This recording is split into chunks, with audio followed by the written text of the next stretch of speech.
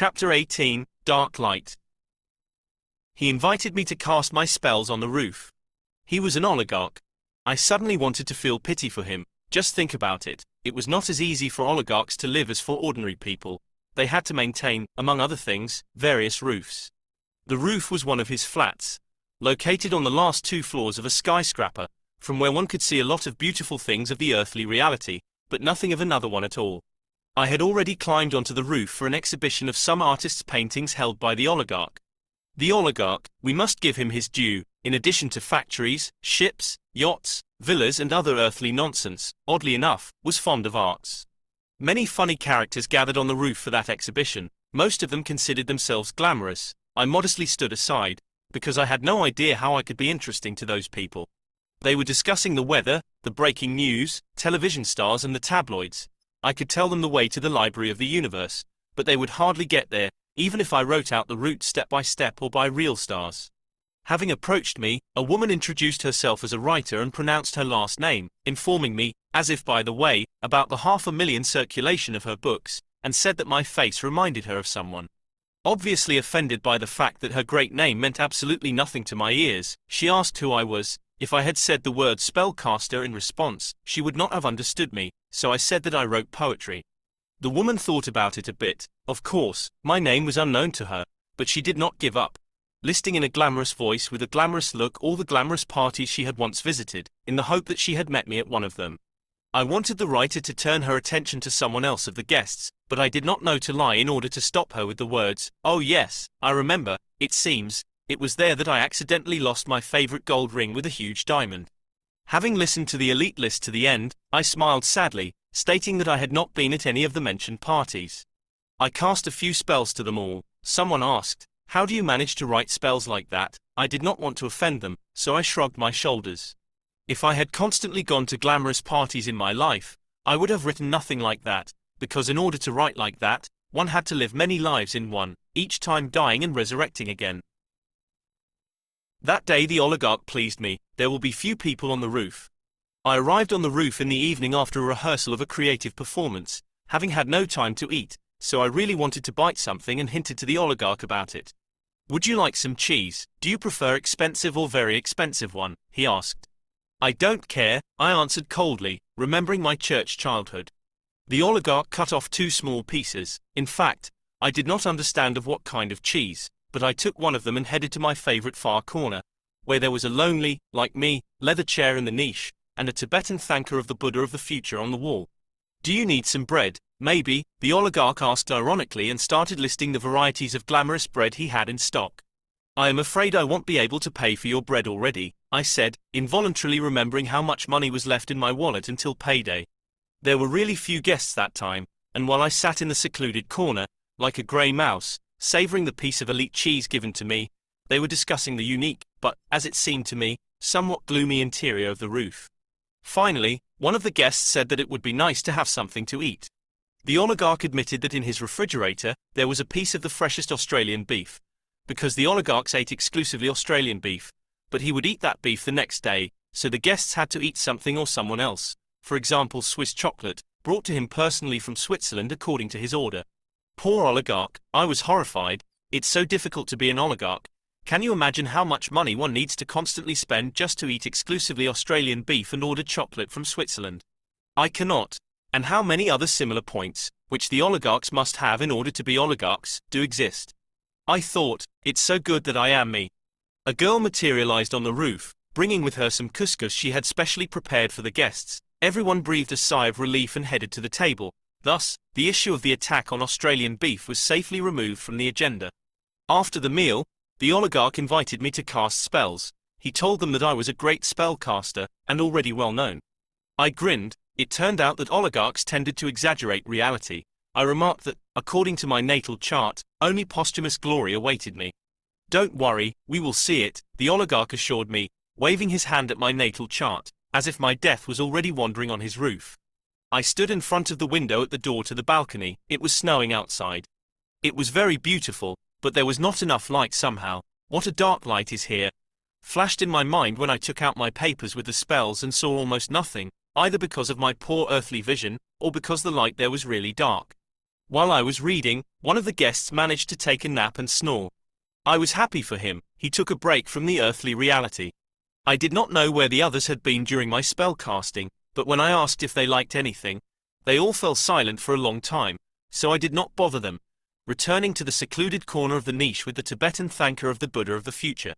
Saying goodbye, the oligarch gave a book, not mine, to each guest, except me. Probably, unlike me, they had not eaten cheese. However, I was not offended at all, because I remembered well since childhood that free cheese could be found only in mousetraps. Ray appeared always unexpectedly. That time we met on a street in the city center. I was walking into the distance when suddenly, looking up, I noticed Ray approaching me. Have you come here to walk with me on purpose? I feel when you are sad, and I know that you like this street. We walked slowly along the pavement, hand in hand, looking at paintings by unknown artists put up for sale by merchants.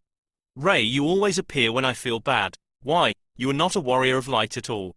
As paradoxical as it may sound, I am the only ray of light in your past. Do you remember why you started calling me that? I show up because you want me to, you call me, and I can't help but come. Why can you not? Once you helped me, moreover, you were strong and bright. You were too bright, Alice. Even the most sinister darkness can't disobey the order of the light. Who are you, Ray? A person from your past, you may say a phantom or just a ghost. You were cunning, as always.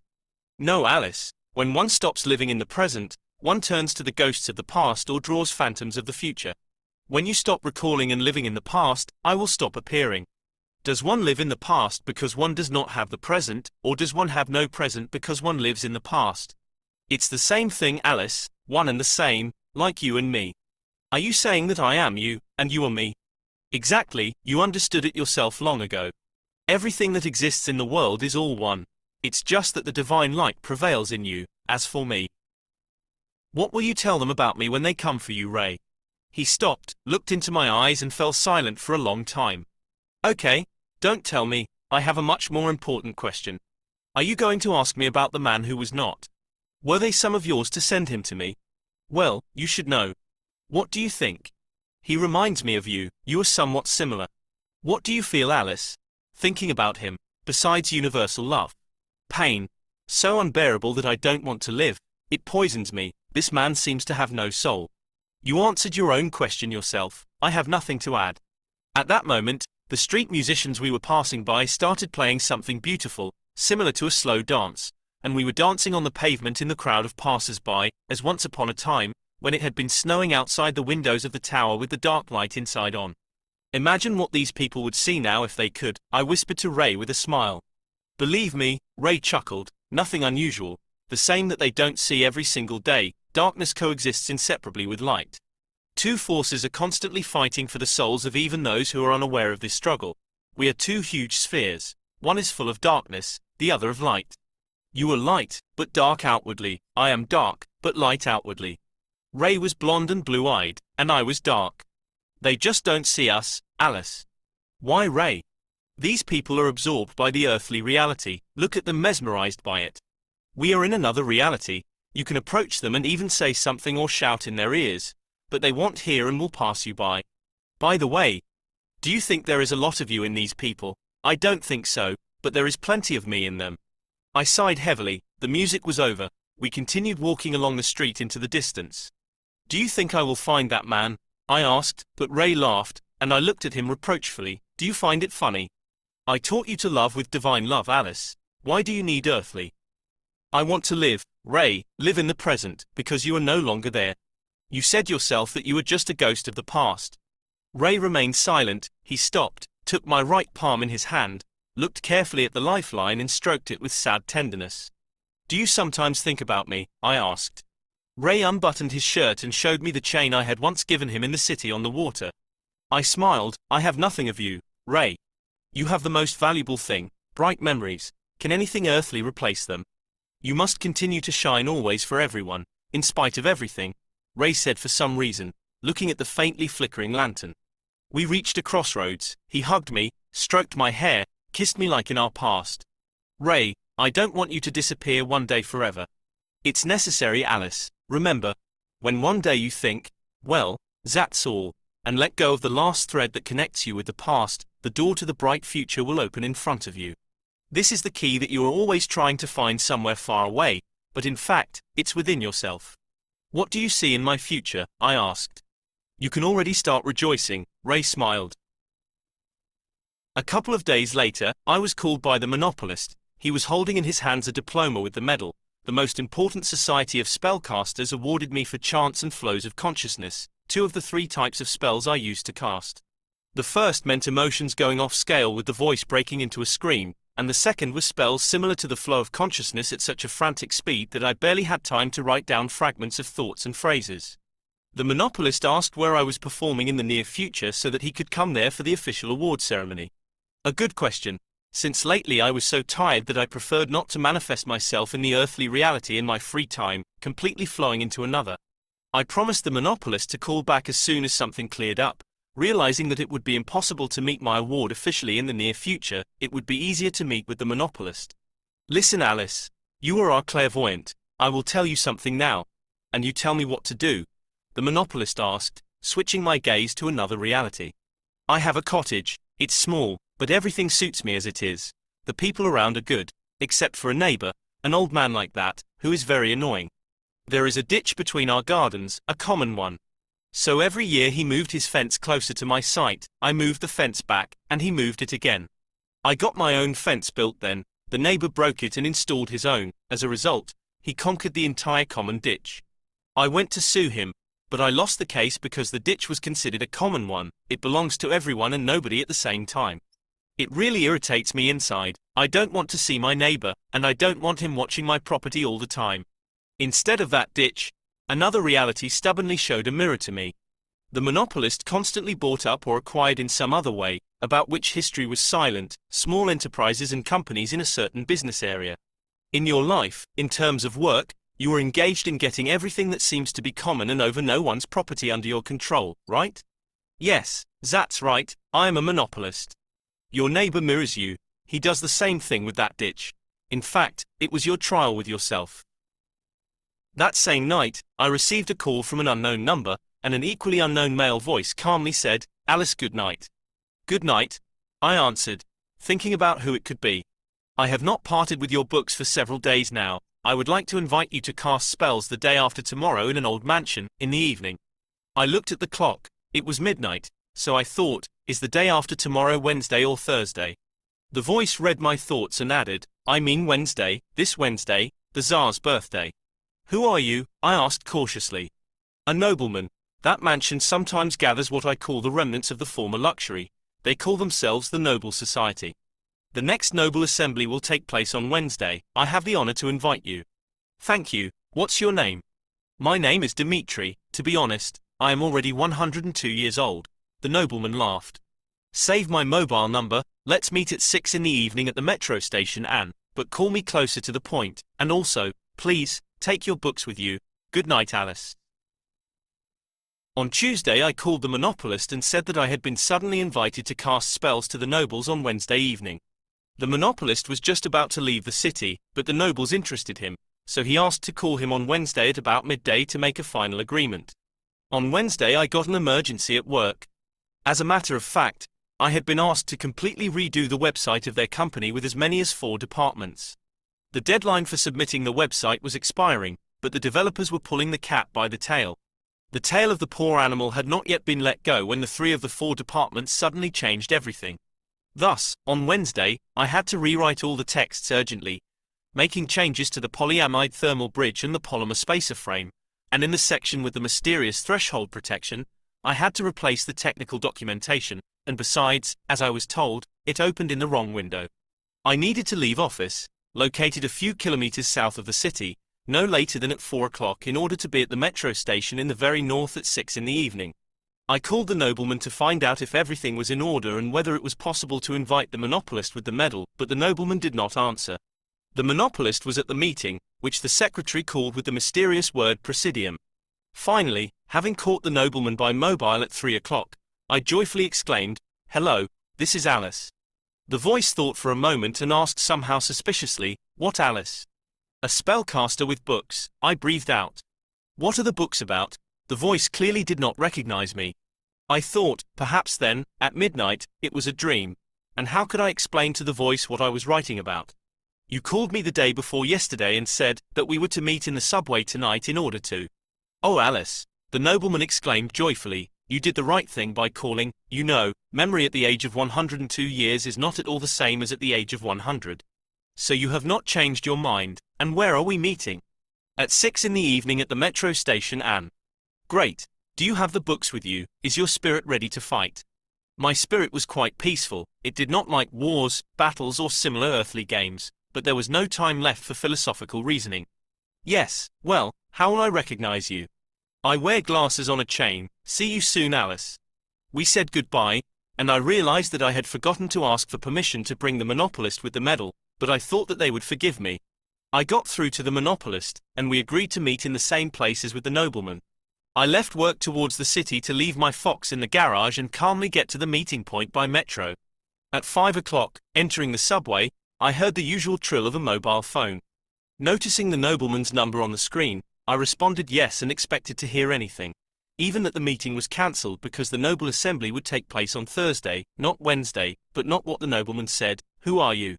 I froze speechless together with the heart at the entrance to the metro. Alice the spellcaster with books, I said, and the voice began to breathe heavily. The nobleman launched a search program in his memory. Have you called me today? Yes, and we have agreed to meet at the metro station, Anne, at 6 o'clock. Ah, Alice, so you have not changed your mind. See you soon. Do you have the books with you? Is your spirit ready to fight? Listen, may a man come with me to award me there?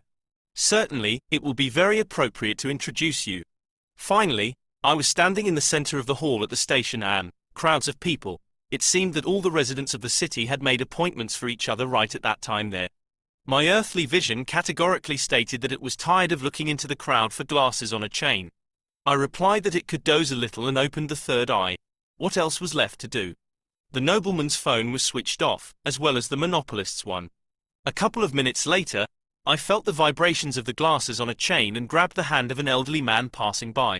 The nobleman turned out to be a gentleman, who had done many good deeds on his path and was suffering from manifestations of the dark forces in the earthly reality. I asked him to wait for me right there with my books until I found the monopolist. Whom? The nobleman was surprised. A man with a medal. Alice, do you want to find a person with a medal in the subway? The nobleman was even more surprised. No, I mean yes, he is somewhere here. I asked you on the phone if he might come to award me. You said to come. Ah, yes, of course, I will wait. The monopolist stood modestly in a corner, reading a literary newspaper. Having left the metro, we followed the nobleman in an unknown direction and soon found ourselves at the entrance to a beautiful old building. You need to go to the Blue Hall, said the guard. The nobleman introduced me to an important man. This is Alice. She is a great spellcaster. She has many books released. Alice, this is the leader. I am very glad, but I can't help you, the leader said. In what sense? I tried to clarify. Nothing is possible. Everything is strictly prohibited. What is prohibited and by whom? I asked with a smile. Books are not allowed. But, the nobleman said somehow embarrassed.